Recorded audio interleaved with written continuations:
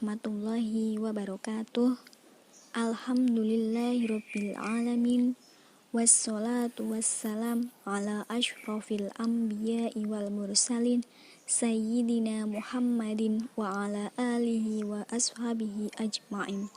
Rabbi syrahli wa yassirli amri wa ahlil uqdatam min lisani yafqahu qawli, amma ba'd. Pertama-tama, marilah kita panjatkan puji syukur kehadirat Allah Subhanahu wa Ta'ala yang telah memberikan kita taufik, hidayah, serta inayahnya sehingga kita dapat melaksanakan diskusi online pada hari ini. Selanjutnya, kepada yang terhormat Bapak Ahmad Fathah SPDI MSI, kepada yang terhormat rekan-rekan saya dari kelompok 1, dan tak lupa teman-temanku semua yang insya Allah saya sayangi. Untuk mempersingkat waktu, langsung saja saya di sini akan memperkenalkan terlebih dahulu rekan-rekan saya dari kelompok 1. Yang pertama, saya sendiri, Erlina Novi Astuti. Yang kedua, ada Mbak Istiqomah. Dan yang ketiga, ada Mbak Eka Ahdian Noviani. Selanjutnya, mari kita bersama-sama membaca basmalah untuk memulai diskusi online kita pada hari ini. Bismillahirrahmanirrahim. Mudah-mudahan dengan bacaan basmalah tadi, diskusi online kita pada hari ini berjalan dengan lancar dan ilmunya bermanfaat untuk kita semua. Amin, Allahumma amin. Langsung saja, pemaparan materi yang pertama akan disampaikan oleh saya sendiri, dan yang kedua akan disampaikan oleh Mbak Istiqomah, dan yang terakhir akan disampaikan oleh Mbak Eka Ahdian Noviani. Bismillahirrahmanirrahim. Assalamualaikum warahmatullahi wabarakatuh. Yang pertama, pengertian Islam normatif dan historis. Islam normatif adalah Islam pada dimensi sakral yang diakui realitas bersifat mutlak dan universal. Sedangkan Islam historis adalah unsur kebudayaan yang dihasilkan oleh setiap pemikiran manusia dalam interpretasi atau pemahaman terhadap teks. Selanjutnya, kita akan membahas tentang ruang lingkup Islam normatif dan historis. Yang pertama, saya akan menjelaskan tentang ruang lingkup dalam memahami Islam normatif, yaitu ada 3. A. Tafsir. Tafsir adalah ilmu untuk mengetahui kandungan Al-Quran yang diturunkan kepada Nabi Muhammad SAW dengan cara mengambil penjelasan maknanya, hukum, serta hikmah yang terkandung di dalamnya. Yang kedua, hadis. Hadis merupakan ilmu yang tumbuh menjadi salah satu disiplin ilmu keislaman. Penelitian hadis nampaknya masih terbuka luas, terutama kaitannya dengan permasalahan dewasa ini. Penelitian terhadap kualitas hadis yang dipakai dalam berbagai kitab misalnya belum banyak dilakukan. Demikian pula penelitian hadis-hadis yang ada hubungannya dengan berbagai masalah aktual tampak masih terbuka luas. Yang ketiga, yaitu teologi. Teologi merupakan ilmu tentang Tuhan berkaitan dengan kitab suci. Ilmu agama yang membahas ajaran dasar dari suatu agama atau suatu keyakinan dari setiap orang yang ingin memahami seluk-beluk agamanya, maka perlu mempelajari ilmu teologi. Selanjutnya, ruang lingkup studi historis dalam Islam juga terdiri dari 3 ilmu. Yang pertama, ilmu antropologi. Ilmu antropologi yaitu upaya memahami agama dengan cara melihat wujud praktik keagamaan yang tumbuh dan berkembang dalam masyarakat. Dengan pendekatan ini, agama tampak lebih dekat dengan masalah-masalah yang dihadapi manusia. Selanjutnya yang kedua yaitu ilmu sosiologi. Ilmu sosiologi adalah ilmu yang mempelajari suatu nilai yang terdapat di masyarakat yang menjadi objek kajian. Banyak bidang agama yang baru dapat dipahami secara proporsional dan tepat apabila menggunakan bantuan ilmu sosiologi.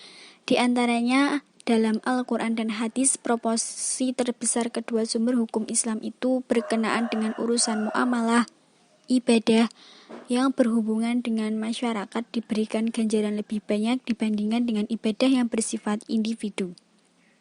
Yang ketiga yaitu ilmu psikologi. Ilmu psikologi menurut Zakiyah Derajat adalah perilaku seorang yang tampak lahiriah terjadi karena dipengaruhi oleh keyakinan yang dianutnya.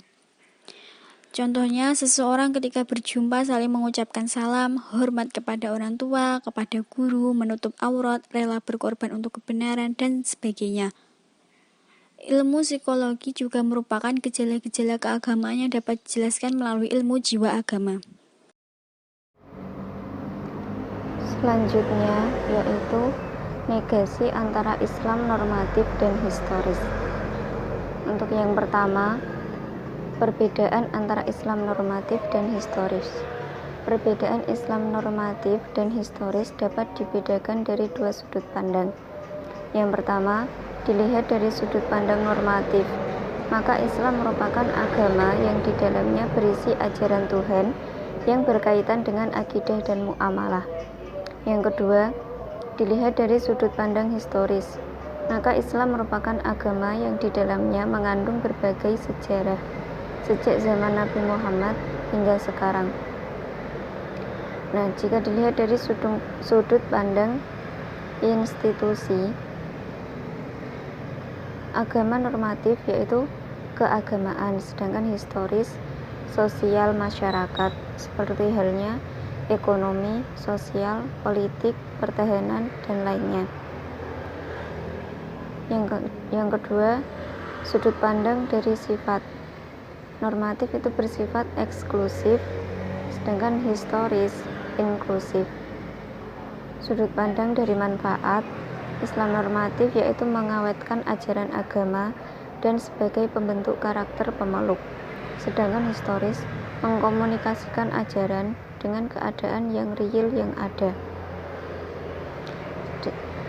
Selanjutnya yaitu hubungan antara normatif dan historis.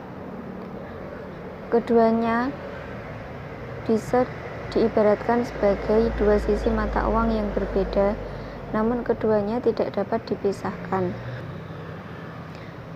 Pendekatan dan pemahaman terhadap fenomena keberagamaan yang bercorak normatif dan historis tidak selamanya akur dan sinergi.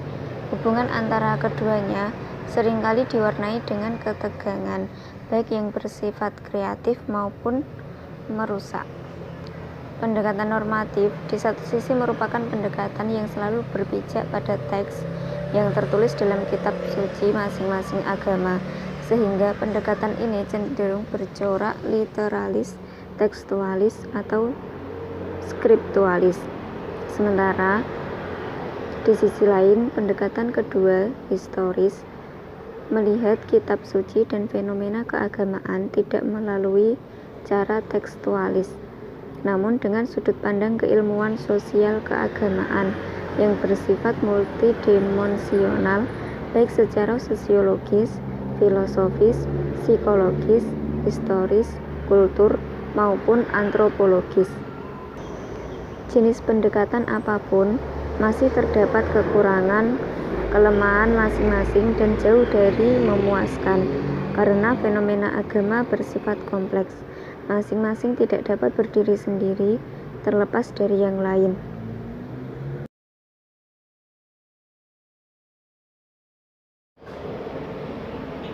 Berarti, kedua pemahaman atas keberagamaan bisa bersanding dan beriringan.